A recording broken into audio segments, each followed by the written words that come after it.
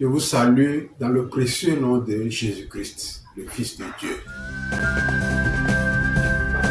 Nous voici à l'heure de l'émission Le Livre Ouvert.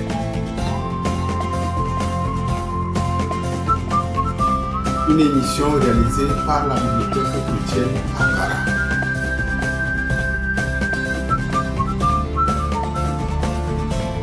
Je suis votre serviteur, Emmanuel Kabou.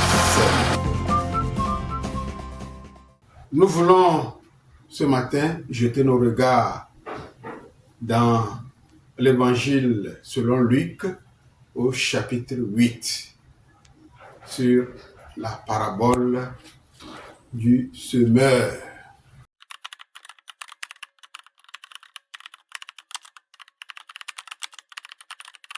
Luc 8, à partir du verset 5.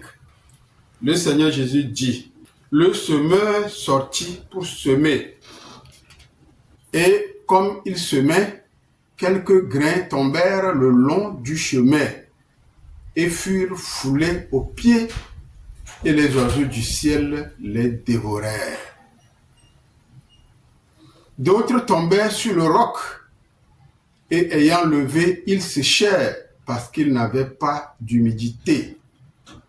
D'autres tombèrent au milieu des épines, et les épines levèrent avec eux et les étouffèrent.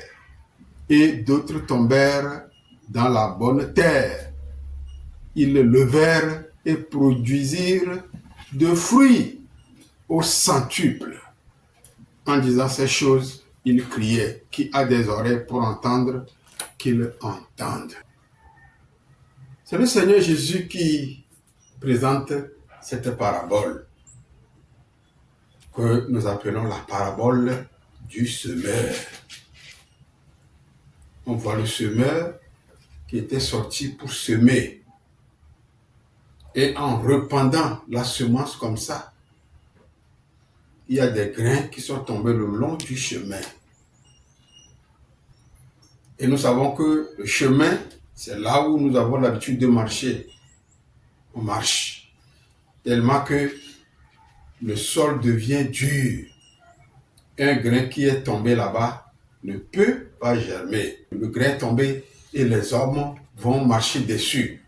Les oiseaux qui volent du ciel, quand ils voient le grain par terre, ils plongent pour prendre ça. Et notre Seigneur d'expliquer à ses disciples que la semence, donc le grain dont il est question dans cette parole, est bien sa parole.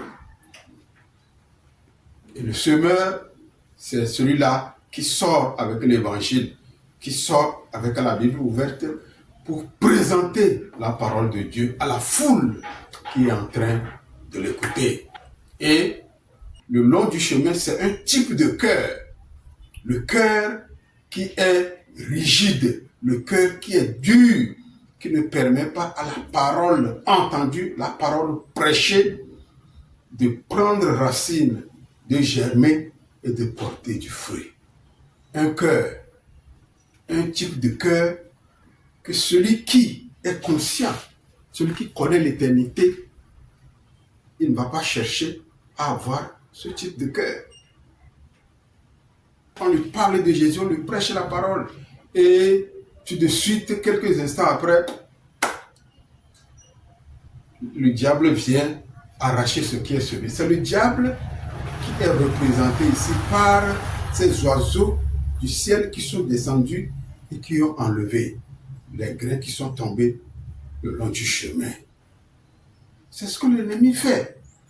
Quand on parle de Jésus et tu écoutes quelques instants après, tu as même oublié ce que le prédicateur vient de te dire.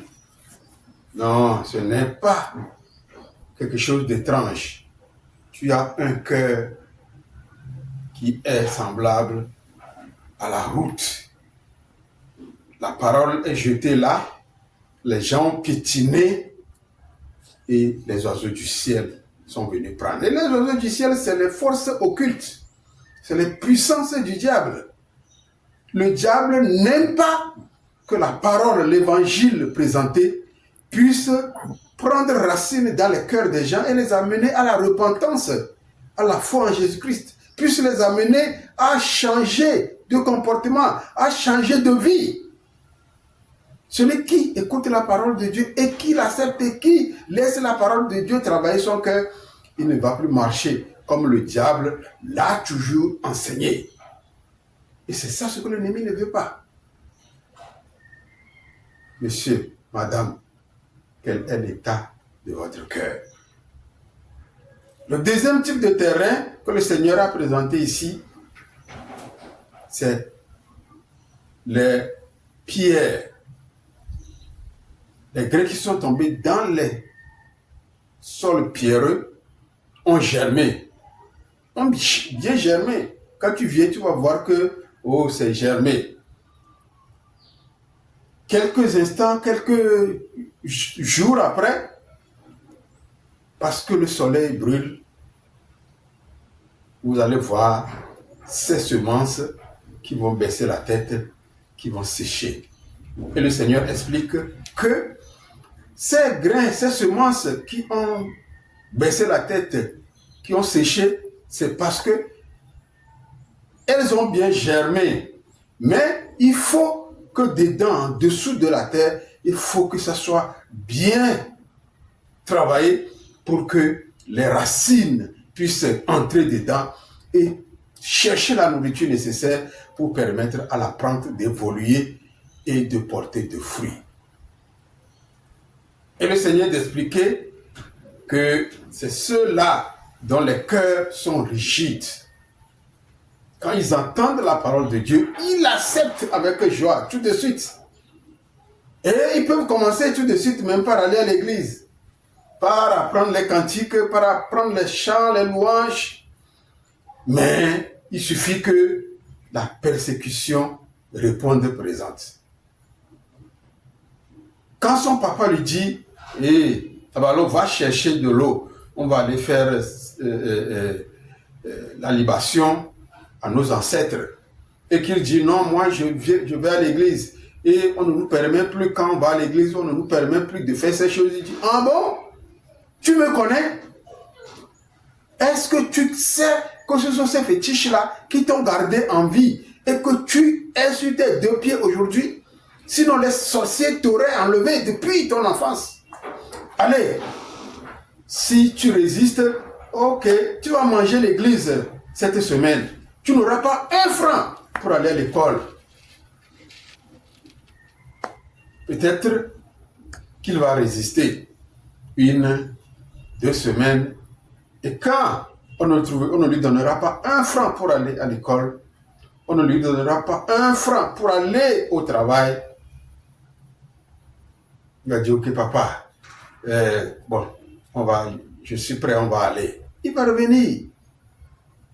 Parce que le cœur n'est pas sacré, le cœur n'est pas labouré de l'intérieur pour permettre à la parole semée de pouvoir trouver racine et porter de bons fruits pour le semeur.